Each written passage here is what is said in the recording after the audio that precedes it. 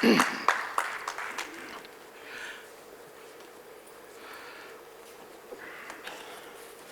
के इस कार्यक्रम में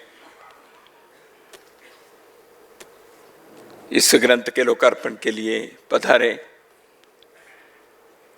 आंध्र प्रदेश के सम्माननीय राज्यपाल और भारत के सर्वोच्च न्यायालय के पूर्व न्यायाधीश मान्यवर अब्दुल नज़ीर साहब जी, इस कार्यक्रम के विशिष्ट अतिथि के रूप में यहाँ उपस्थित एशियानेट के राजेश कालरा जी, सुरुचि प्रकाशन के अध्यक्ष और वर्षों से मेरे मित्र राजीव टूली जी और श्रीमती अनिल नेने यशुनी जी, सभागार में उपस्थित सभी सज्जन बंधु, श्रद्धेय माता भगिनी, सर्वप्रथम पूजनीय डॉक्टर हेडगेवार जी के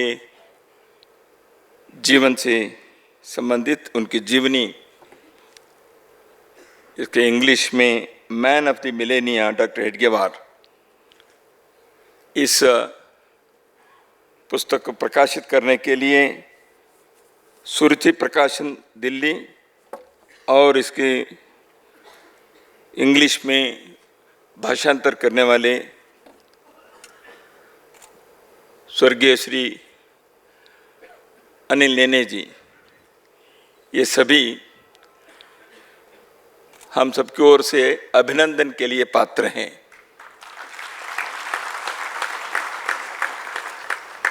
सुरुचि प्रकाशन के बारे में राजू जी ने कहा ही है। श्री अनिल नेने जी के बारे में संक्षेप में यहाँ कहा गया। मान्य अनिल नेने जी से कई वर्षों तक मेरा संपर्क संबंध रहा। इंग्लैंड के मेरे प्रवास में भी, भारत में जब भी वो आते थे, विशेष करके पुणे में वो रहते थे और अन्य अन्य स्थानों पर आए और कार्य करते करते वो इस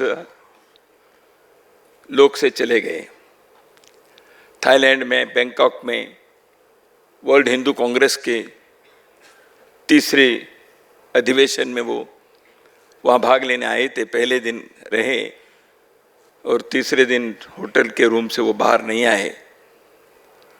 कार्यक्रम समारोह होने के बाद सभी को लगा अनिल जी नहीं दिख रहे हैं, तो तब तक परिस्थिति अपने नियंत्रण से बाहर हो गई थी। वो इस लोक से हमेशा के लिए चले गए। इसलिए राजू जी ने ठीक ही कहा, आज के पुस्तक के लोकार्पण एक दृष्टि से स्वर्गीय अनिल नेने जी की स्मृति में श्रद्धांजलि भी है। वैसे उनको इस कार्यक्रम में स्वयं उपस्थित रहते तो हमारा आनंद ज़्यादा होता। भाभी जी यहाँ आए हैं, इसलिए मैं हम सबकी ओर से अनिल नेने जी को श्रद्धांजलि समर्पित करता हूँ। और उन्होंने अपने जीवन में एक ऐसे एक श्रेष्ठ कार्य उन्होंने किया। और इंग्लिश में नाना पालकर जी की जो लेखनी से, कलम से जो अधिकृत दृष्टि से डॉक्टर साहब के जीवनी प्रकाशित हुई 50 के दशक में, तब तक का डॉक्टर जी के स्वर्गवास होकर 10-12 साल हो गए थे, उससे ज़्यादा हुए थे। उससे पहले एक छोटी सी पुस्तिका डॉक्टर जी के बारे में, उनके देहांत के पश्चात क्रिया सिद्धि सत्वे महतानोपकरणे इस शीर्षक से छपी थी, बहुत छोटी थी। डॉक्टर जी के बारे में नाना पालकर जी ने बहुत शोध करके डॉक्टर जी के जीवन में उनके साथ जो कार्य किए, जो तब जीवित थे ऐसे लोगों से मिलकर या डॉक्टर जी के पत्र जो मिले उसके आधार पर, उन दिनों में समाचार पत्रों में जो मिला था उसकी दृष्टि से उन्होंने तो एक अधिकृत डॉक्टर हेडगेवार चरित इस नाम से मराठी से उन्होंने प्रकाशित किए। हिंदुस्तान के हर भाषा में पिछले दशकों में उसका अनुवाद हुआ था। अंग्रेजी में किसी ने पहले एक दो बार प्रयत्न तो किए थे, किसी न किसी कारण से वो पूर्ण नहीं हो पाया और अंग्रेजी अनुवाद के बारे में भी थोड़ा सा समाधान नहीं हुआ था।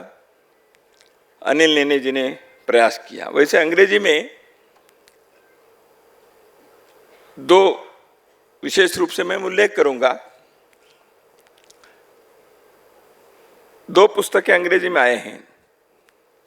Doctor Hedgewar the epoch maker, माननीय एच.वी. शेषाद्री जी जो संघ के माननीय सरकार्यवाह रहे, जीवन भर प्रचारक रहे, वो सिद्धहस्त लेखक थे। उन्होंने एक पुस्तक लिखी, लेकिन वो पूर्ण नहीं था इसके आधार पर, लेकिन अंग्रेजी में एक दृष्टि से अधिकृत ग्रंथ के नाते वह उपलब्ध है।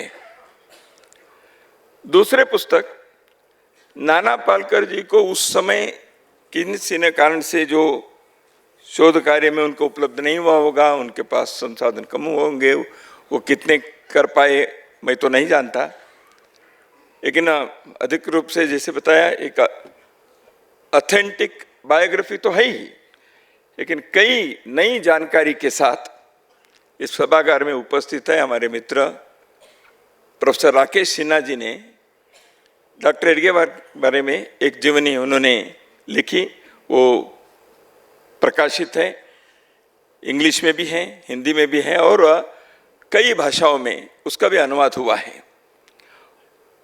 संघ के बहुत सारे अध्ययनशील लोग, संघ के कार्यकर्ता अधिकारियों में राकेश सिन्हा जी के उस पुस्तक के बारे में विशेष रूप से उन्होंने उल्लेख किया, क्योंकि नाना पालकर जी को जो कुछ बातें उस समय उपलब्ध नहीं हुई होगी वो इसमें आए राकेश सिन्हा जी के। इसलिए मैं एक दृष्टि से कहूँगा, नाना पालकर जी के जो पुस्तक अभी जो आज लोकार्पण हुआ है इंग्लिश का, और राकेश सिन्हा जी के पुस्तक और माननीय शेषाद्री जी की पुस्तक, तीनों मिलकर 3 वॉल्यूम्स के मिलकर डॉक्टर हेडगेवार जी की जीवनी पूर्ण हो जाती है, ऐसे मानना चाहिए। तो इसलिए मैं ये कह रहा हूं आपको, ये तो आप पढ़िए, वो दोनों भी पढ़िए। वैसे देखा है तो आज मेरा भाषण वैसे यहाँ बहुत प्रासंगिक नहीं है। क्यों? मैं संघ के कार्यकर्ता हूं और साल भर संघ के बारे में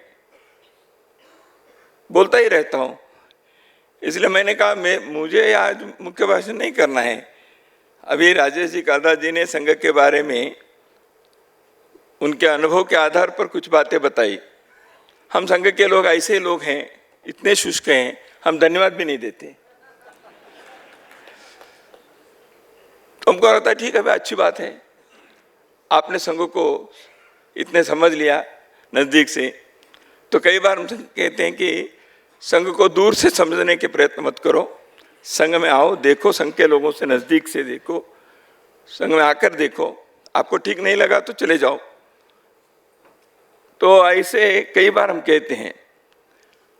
तो संघ के समझने के लिए दिमाग तो चाहिए, लेकिन दिल ज़्यादा चाहिए,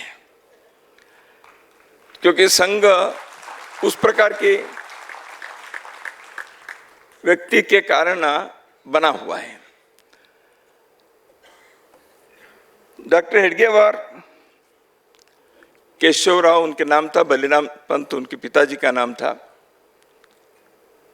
नागपुर में उस समय उनके जन्म हुआ जब देश के अंदर अंग्रेजों के राज चल रहा था। नागपुर ऐसे एक केंद्र था, कई प्रकार के देश के मुक्ति के लिए स्वतंत्रता संग्राम के कई प्रकार की धाराओं के लोग नागपुर में उपलब्ध थे। तो उन सबके कारण एक वातावरण भी ऐसा बना था। उस वातावरण में डॉक्टर साहब का जन्म हुआ और डॉक्टर जी जन्मजात देशभक्त थे। उनके व्यक्तित्व के संदर्भ में यदि विचार करें तो वो किसी प्रतिक्रिया से देशभक्ति उनके नहीं थी। यहाँ अंग्रेज राज चला रहे हैं इसलिए देशभक्ति, ऐसे नहीं। उनके देशभक्ति इस राष्ट्र में हम जन्मे हैं तो ये अपना ऋण है, हमारा कर्तव्य है। तो इसलिए he was a born patriot and uncompromising patriot and an active patriot. और इसलिए उनके वाणी में वह देशभक्ति धड़कती थी। उनके संपर्क में आए हुए लोग देशभक्ति के उस स्फूर्ति को, प्रेरणा को लेकर ही जाते थे। ऐसे कई उदाहरण हैं। तो डॉक्टर साहब के पूरे जीवनी तो यहां मैं नहीं बताऊंगा। इस पुस्तक के संदर्भ में कुछ बातें डॉक्टर जी के बारे में आपके सम्मुख रखना है। तो डॉक्टर जी के एक व्यक्तित्व के बारे में, विचार के बारे में, उन्होंने जो कार्य किया उसके बारे में और उनके जीवन का संदेश, इसको हम थोड़ा सा देखें। डॉक्टर जी ने एक संगठन प्रारंभ किया जो आज विश्व में अध्ययन के एक विषय बना हुआ है। Every year there are books being published on the movement called Rashtriya Swayamsevak Sangh. And the people who are studying the RSS are not the Swayamsevaks of the RSS. Many people who may be identified as the outsiders. RSS doesn't consider anyone to be outsider. However, in order to make my words better understood, I am saying that people who have not worked in the RSS, those who have tried to understand RSS just now, as Rajesh Kalraji was mentioning, people of this country, people of other countries, they have come out with books on RSS. संघ के कार्य के संदर्भ में, संघ के विचार, philosophy के बारे में, संघ ने समाज में क्या बदलाव लाया है, इसके बारे में बहुत सारे लोगों ने पुस्तक लिखे हैं। पिछले एक दशक में more than dozen books have come out. The founder of RSS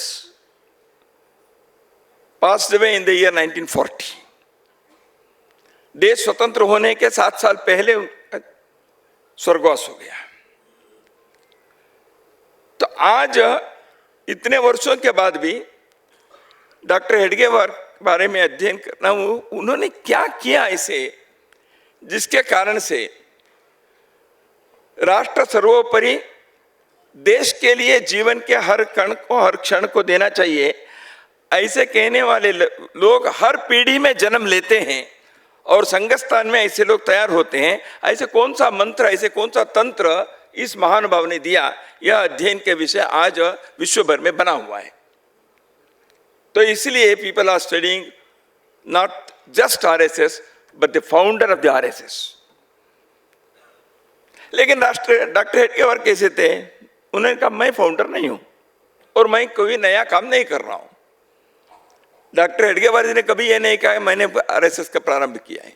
उन्होंने जिस दिन संघ को प्रारंभ किया, अपने घर के ऊपर के कमरे में 16 लोगों के सामने उन्होंने कहा हम लोग आज संघ का कार्य प्रारंभ करेंगे। उस दिन संघ का नाम भी राष्ट्रीय स्वयंसेवक संघ नहीं बना। 6 महीने के बाद संघ के कार्यकर्ता जो उनके सहयोगी थे उन सबको बिठाकर उन्होंने पूछा अपने कार्य का नाम क्या रखा जाए। And democratically it was decided that it will be राष्ट्रीय स्वयंसेवक संघ। तो फिर उन्होंने 4 महीने के बाद और एक बताया, आपको संघ का उद्देश्य क्या होना चाहिए, आपको क्या लगता है लिख के लाइए। तो फिर संघ के गुरु कौन होने चाहिए इसकी चर्चा की। उन्होंने कभी अपने को गुरु नहीं माना, किसी व्यक्ति को गुरु नहीं माना। उन्होंने कहा व्यक्ति कितने भी बड़े हो, आज ऐसे हैं कल ऐसे हैं, दोस्त दिखते होंगे, और देखने वालों के मन में कैसे हैं ऐसे गुरु दिखते हैं। इसलिए उन्होंने कहा भगवद्वज गुरु है। एक विशिष्ट प्रकार के सोच के व्यक्ति थे। तो इसलिए उन्होंने ये नहीं कहा मैं कोई नया कार्य प्रारंभ कर रहा हूं, उन्होंने कहा मैं कोई नया कार्य प्रारंभ नहीं कर रहा हूं। भारत में अपने समाज को यहाँ के प्राचीन संस्कृति परंपरा के आधार पर युगानुकूल संदर्भ में इस समाज को संगठित अवस्था में लाने का प्रयत्न हर युग में होता रहा है। उसी कार्य को मैं आज इस संदर्भ में प्रस्तुत करना चाहता हूं। मैं कोई नया कार्य प्रारंभ नहीं कर रहा हूं। He did not claim any credit for founding a new organization. तो डॉक्टर हेडगेवार उस प्रकार के व्यक्ति थे। उन्होंने ये समाज का काम है, समाज के लोग करेंगे। तो इसलिए उन्होंने जब उनको संघ चालक के नाते, सरसंघ चालक के नाते कार्यकर्ताओं ने ये किया, घोषित करके उनको प्रणाम दिया। उसके बाद 1933 सितंबर में अपने डायरी में उन्होंने लिख के रखा, इस संघ का जन्मदाता अथवा स्थापन करता मैं न होकर आप सब हैं, इसका मुझे पूरी तरह ज्ञान है। दूसरे बिंदु, आपके द्वारा उत्पन्न संघ का आपकी इच्छा एवं आज्ञा से मैं धात्री का काम कर रहा हूं। I am only A midwife. इसके आगे भी आपकी इच्छा और आज्ञा होगी तब तक यह काम मैं करता रहूंगा, तथा यह काम करते हुए कितने भी संकट आए और मानापमान सहन करने की बारी आई तो भी मैं अपना पांव पीछे नहीं हटाऊंगा। परंतु मेरे इस काम के लिए अयोग्य होने के कारण मुझसे संघ का नुकसान होता हो, ऐसा यदि आपको लगे तो दूसरा योग्य मनुष्य इस स्थान के लिए ढूंढ निकालिए, मैं उनके आज्ञानुसार काम करता रहूंगा। डॉक्टर हेडगेवार जी ने कभी ये नहीं सोचा ये मेरा ऑर्गेनाइजेशन है मैं चलाऊंगा, नेवर। कभी उन्होंने ऐसे नहीं सोचा, कभी ऐसे उन्होंने व्यवहार नहीं किया। उन्होंने सामूहिकता को, टीम वर्क को हर प्रकार से उन्होंने प्रयत्न किया।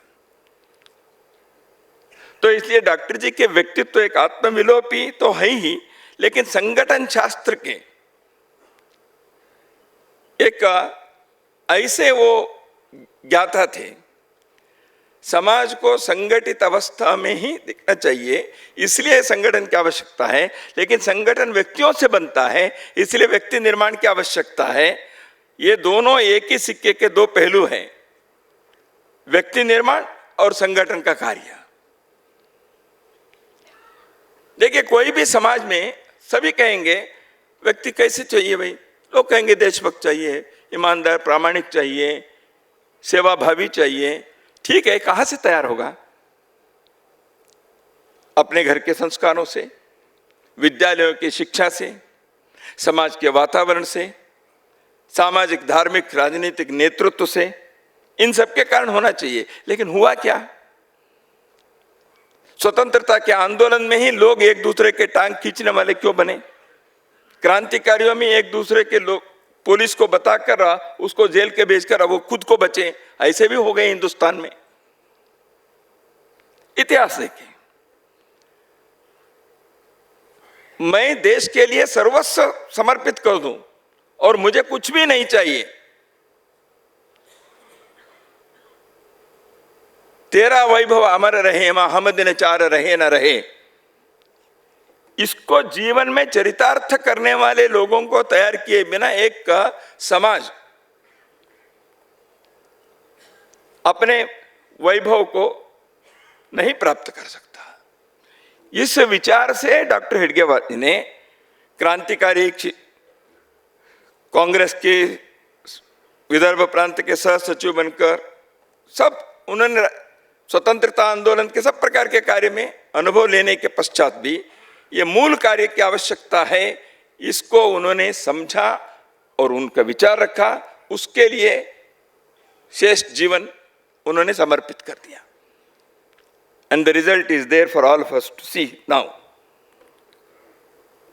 ऐसे एक संवेदनशील व्यक्ति, साहसी, धीरज भी रखने वाले, संगठन के शास्त्र को एक एक बिंदु उन्होंने कैसे होने चाहिए, मनुष्य के साइकोलॉजी, व्यक्तिगत दृष्टि से, सामूहिक दृष्टि से, the individual psychology and the collective psychology, इसको उन्होंने समझा। मैं समय के अभाव से इन सारे विषयों के विस्तार से नहीं बताऊंगा। There have been many studies on this. Leadership quality को कैसे डेवलप करना चाहिए, टीम वर्क को कैसे डेवलप करना चाहिए, इसके बारे में डॉक्टर हेडगेवार जी ने जो किया, आज मैनेजमेंट के विद्यार्थियों के लिए स्टडी का विषय बना हुआ है। ऐसे पुस्तकें छपी हैं। तो इसलिए संगठन शास्त्र के एक न केवल ज्ञाता है, संगठन के निर्माता है। और विचार के दृष्टि से, जैसे मैंने कहा, प्रखर राष्ट्रभक्ति, उसके लिए कुछ भी करने के लिए तैयार। देश की स्वतंत्रता के लिए 2 बार वो जेल यात्रा किए, 1921 में और 31 में। उन्होंने स्वतंत्रता के हर प्रकार के आयाम में कार्य किया, स्वतंत्रता आंदोलन में। तो राष्ट्र समाज के एक आत्मविश्वास को, पुरुषार्थ को जगाए बिना राष्ट्र वैभव संपन्न नहीं हो सकता। अपने समाज में 3 प्रकार के दोष हैं। कालक्रमेण हम समाज के अंदर ये अवनति आ गई। एक, हम आत्माभिमान शून्य हो गए। We lost our self-respect as a nation. Second, Dr. Ji found that we are unable to give up our selfishness. एक आत्म केंद्रित, सेल्फ सेंट्रिक हो गए। मैं पहले, बाद में देश। तीसरा, संगठित रूप में रहने के साथ चल नहीं सकते। 4 लोग इकट्ठा आएंगे तो हमारे अलगाव क्या क्या है, कैसे हम भिन्न हैं, इसके ज्यादा होता है। कैसे हम समान हैं, ये कम हो जाता है। इन 3 दोषों को उन्होंने आइडेंटिफाई किया और उसके आधार पर समाज के लिए उन्होंने कहा। इसलिए संस्कृत में एक केशवाष्टकम करके जो डॉक्टर हेडगेवार के बारे में रचना हुई है, उसमें यही कहा है, यो डॉक्टरेति पिछजाम पदमा दधानो विज्ञातवान भरत भूमि रुजान निदानम संघौषधम समुदपादि न वंचयेन तम केशवम मोहरम मनसा स्मरामि। वो डॉक्टर थे, डॉक्टरी पढ़ाई की, प्रैक्टिस तो नहीं किया, लेकिन वो डॉक्टर ने भारत भूमि के जो रोग है इस मिट्टी के, उसको उन्होंने पकड़ा और उन्होंने एक औषध तैयार किए, संघौषधम, उसको दिया। इस कारण से वो रोग दूर होने की स्थिति आ गई। ऐसे इसमें है।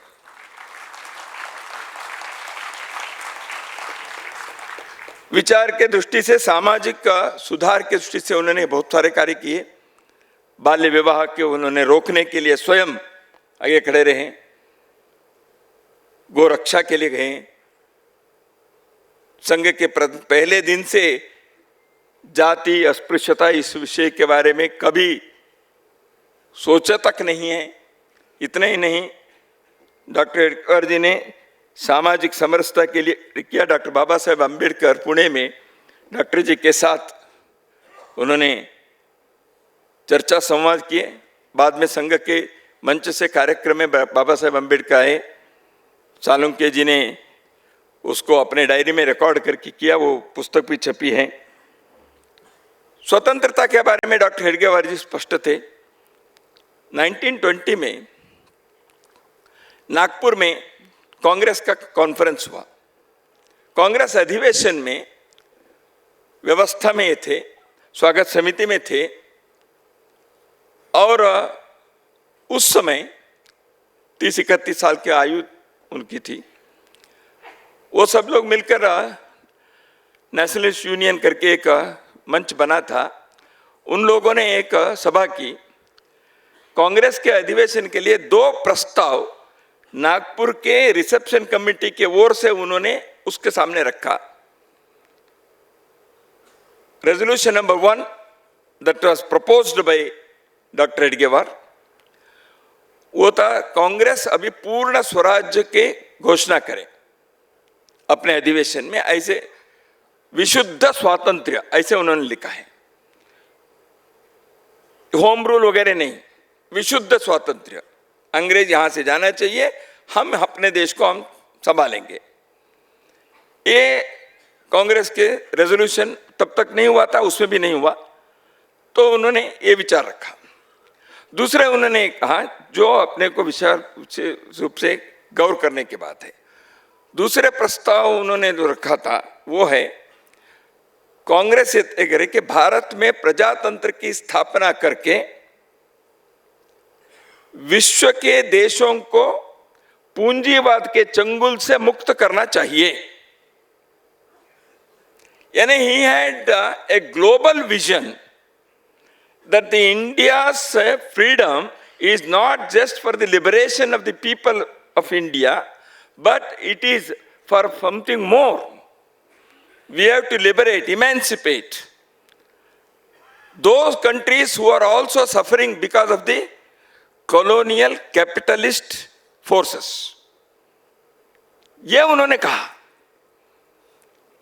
बाद में लाहौर कांग्रेस में जब पूर्ण स्वराज की घोषणा रावी नदी के तट पर नेहरू जी ने प्रस्ताव रखा, उसको 26 जनवरी के दिन को उन्होंने राष्ट्रीय स्वयंसेवक संघ के सभी शाखाओं में उस विषय को आनंद से मनाना चाहिए, भाषण होने चाहिए, कांग्रेस का अभिनंदन देकर प्रस्ताव पारित करो, ऐसे उन्होंने पत्र भेजा पूरे देश के अंदर, और संघ के शाखा में ऐसे कार्यक्रम हुए। That was doctor Hedgewar. तो इसलिए डॉक्टर हेडगेवार जी के जीवन के कई आयाम हैं, तो मैं सभी के इसमें नहीं जाऊंगा। डॉक्टर हेडगेवार जी के बारे में उनके जीवन का संदेश क्या है, श्री गुरुजी गोलवलकर जी ने ये जो पुस्तक आज जिसके लोकार्पण हुआ है, उसके मूल पुस्तक में प्रस्तावना में गुरुजी गोलकर जी लिखे थे, गुरुजी गोलवलकर लिखे थे, आखिर में डॉक्टर जी के जीवन का संदेश क्या है।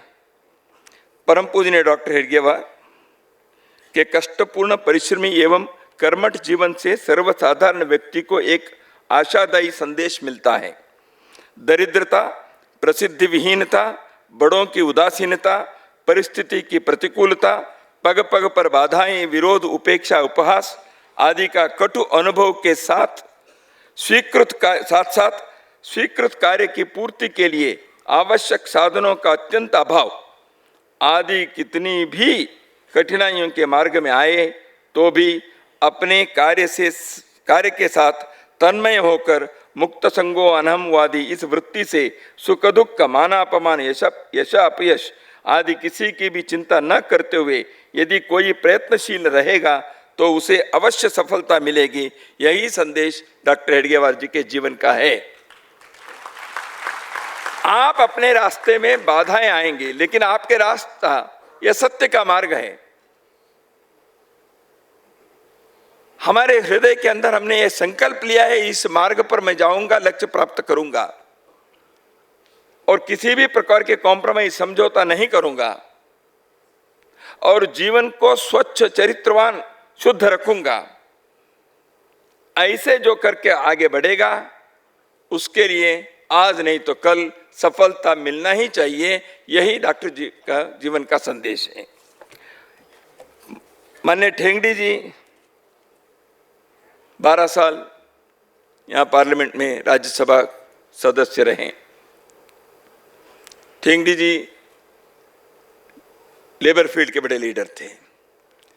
बहुत सारे लोगों से उनका संपर्क आता था। बालकृष्ण जी करके एक कम्युनिस्ट लीडर थे। डॉक्टर जी के जन्म शताब्दी के संदर्भ में 1989 देश भर में डॉक्टर जी के चित्र वगैरह लगाया संयोजकों ने। लोगों ने पूछा ये कौन है? ये आरएसएस का। आरएसएस जानते हैं? अच्छा ये है क्या आरएसएस का फाउंडर? लोगों को मालूम नहीं था, क्योंकि 1980s में देश में ये सारे इंटरनेट मीडिया वगैरह नहीं थे। आज गूगल में हर चीज़ मिल जाती है, उन दिनों में नहीं थे। तो इसलिए लोगों को मालूम नहीं था ये कौन आदमी है। कभी देखा नहीं, कभी चित्र देखा नहीं था। तो उस समय एक इसी पार्लियामेंट के किसी परिसर में 3-4 लोग बैठकर चर्चा कर रहे थे। माननीय ठेंगड़ी जी सुन रहे थे। तो एक व्यक्ति ने कहा, बालकृष्ण जी कम्युनिस्ट लीडर वो भी थे, वो भी राज्यसभा में थे। तो बातचीत में कहा, हु रिमेंबर्स डॉक्टर हेडगेवार? आप सेंटेनरी कर रहे हैं। तो बालकृष्ण जी ने कहा, ठेंगड़ी जी ने कुछ नहीं कहा। तो बालकृष्ण जी ने कहा कि no you can not speak like that. देखो आदमी आज प्रसिद्ध होते हैं, दिखते हैं, बड़े हैं, ऐसे हमको लगता है, ऐसे नहीं है। The greatness of a person has to be measured by the length of the shadow that is cast in the future times. These were the words of Sri Balakrishnan ji quoted by Dattopant Thengdi ji. इसलिए doctor जी के जीवन के, कार्य के, संदेश के, विचार के कारण उनके जो छाया आगामी भविष्य में लंबे दूर तक मिलते हैं, उस व्यक्ति को महान कहते हैं। मैन ऑफ द मिलेनिया कहने में वो सार्थकता है, ऐसे मैं मानता हूँ। नमस्कार।